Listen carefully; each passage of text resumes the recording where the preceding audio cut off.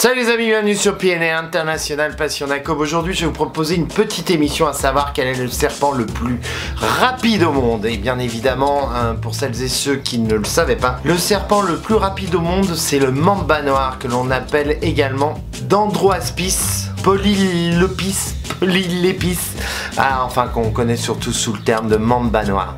Ce charmant serpent qui au demeurant est également extrêmement venimeux est connu comme ayant des pointes jusqu'à 23 km/h avec une vitesse normale d'environ 12 km/h. Donc pour celles et ceux qui sont sportifs de niveau comme moi, essayez déjà de courir à une vitesse de 12 km/h puis ensuite faites-vous une petite pointe d'une centaine de mètres à 23 km/h et puis on en reparle après lorsque vous trouvez en pleine forêt avec un petit mamba noir aux fesses si vous allez vous en sortir. Qui plus est, ce charmant petit serpent, le mamba noir, a une énorme aisance au niveau des arbres malgré le fait que ce soit un serpent terrestre, avec surtout comme spécificité, je dirais même comme charmante spécificité, c'est qu'il a une forte agressivité, il est très réactif et accessoirement il est très dangereux étant donné que c'est un serpent venimeux. Bien évidemment, ce type de serpent est connu comme étant agressif, etc.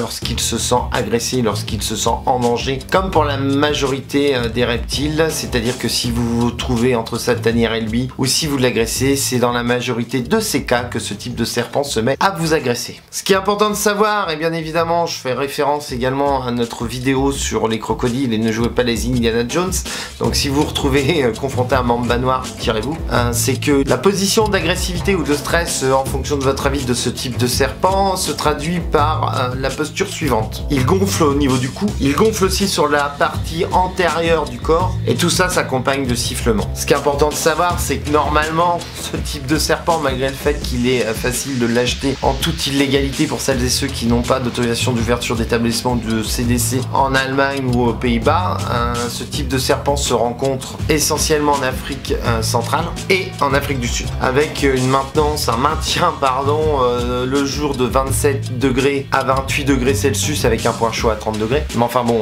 je pense que celles et ceux qui ont ce type d'espèce de manière légale, bien évidemment, pour les abrutis qui l'ont de manière illégale, écoutez, malheureusement j'espère que la loi vous tombera dessus, mais de manière légale ils ont suivi des formations soit chez des capacitaires venimeux, soit à Venom World ou dans d'autres établissements spécialisés dans le domaine. Et puis juste pour info, la nuit c'est environ 18 à 22 degrés Celsius. Sa taille peut atteindre jusqu'à 2 mètres, voire 3, voire 4 mètres. Donc encore une fois, ce type de serpent est diurne et terrestre, mais avec une grande aisance dans les arbres. Faut savoir que en gros, grosso merdo, il y a 3 types de serpents venimeux, c'est-à-dire que vous allez avoir un venin neurotoxique, hémotoxique, embolie, hémophilie, myotoxique, c'est-à-dire qui entraîne une nécrose des tissus. Alors pourquoi je vous ai pas expliqué neurotoxique? Parce que le mamba noir est connu pour avoir un venin neurotoxique. Alors neurotoxique, c'est assez charmant si vous vous faites attraper par ce type de serpent, puisque ça entraîne grosso merdo le process suivant: hyper sécrétion bronchique, donc bien évidemment sensation d'étouffement, c'est toujours sympathique, myosis, hypersudation, diarrhée, ça c'est l'étape suivante, vomissement avec des crampes épigastriques, donc ça commence à se compliquer, trouble du muscle contrôlant l'orifice anal, donc là ça commence à chier un petit peu plus, paralysie,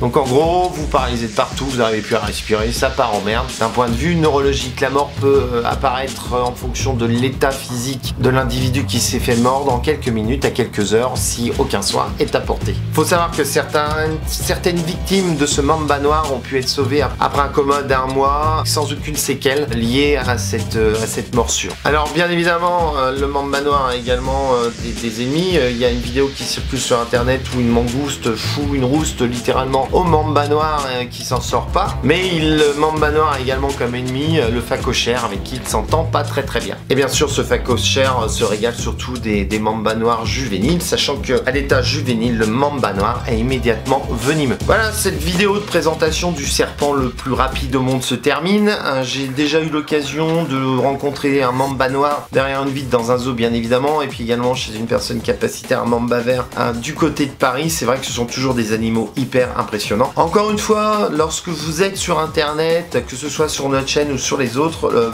on vous invite réellement à croiser vos informations, parce que nous les premiers et d'autres personnes, on n'est pas à l'abri de vous dire une erreur ou d'être allé chercher des informations sur des sites erronés ou ayant des informations erronées. Donc surtout sur internet, vous croisez vos informations obligatoirement si vous voulez vous faire votre propre opinion. Encore une fois, ce type d'espèce est soumise à certificat de capacité, autorisation d'ouverture d'établissement. Il nécessite une formation très importante. J'ai déjà eu l'honneur de rencontrer des personnes qui sont éleveurs de ce type de serpents, et c'est vrai que se dégage d'une part une grande sérénité, d'autre part une grosse connaissance, surtout des risques également liés à ce type de serpent, et de se dire que la moindre erreur peut être mortelle et est mortelle avec ce type de serpent. Encore une fois, j'espère que notre chaîne te plaît. Je t'invite à t'abonner à la chaîne, hein.